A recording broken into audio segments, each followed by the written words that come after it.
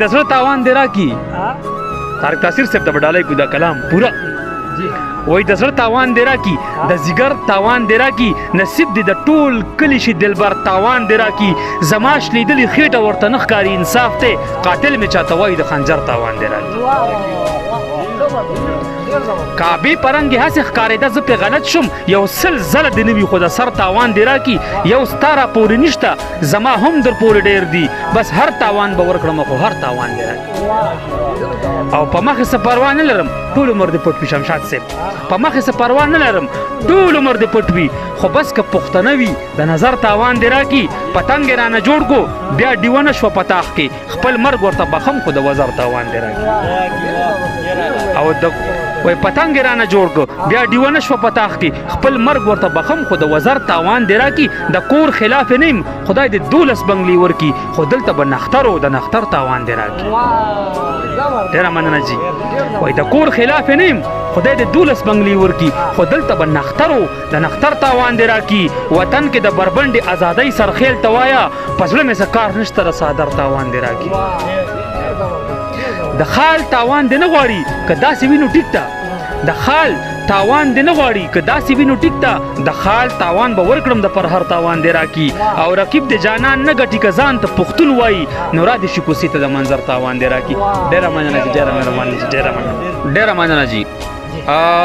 دا بل کلام زما د جرګې صدر د شمشاد علي شمشاد صاحب ناست دی، دا به کمپلیټ څنګه چې مې طارق تاثیر صاحب ته ټول ډالۍ کړه دا به ټول شمشاد صاحب ته ډالۍ کړم. شمشاد صاحب قبول دی.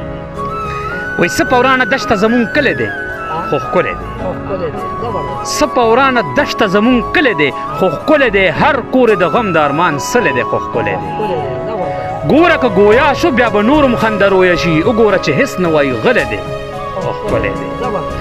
زور زما رباب شو خو حجرې مو پې آبادې دي، مات دی په تارونو مې تړلی دی خو ښکلی دی. ډېره موده پس مې ستا تصویر په کور کې وموندو، ټیک د بارانونو لږ وهلی دی خو ښکلی دی.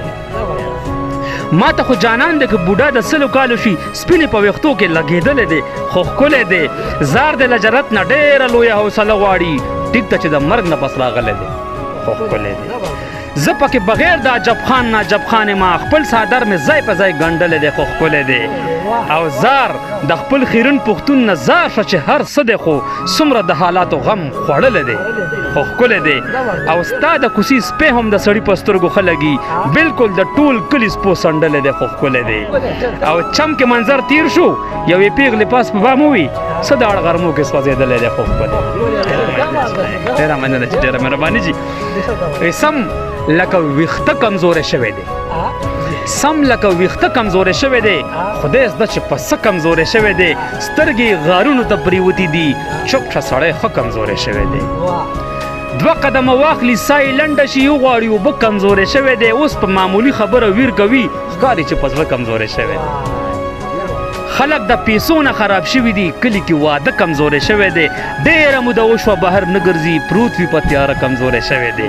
ستا د اننګو لمبې څه ګپ نه دی، سواد کې هم ساړه کمزوری شوی دی. او زلفې دې اوس بوج د ګلاب نه مني، دا لکه چې غره کمزوری شوی دی.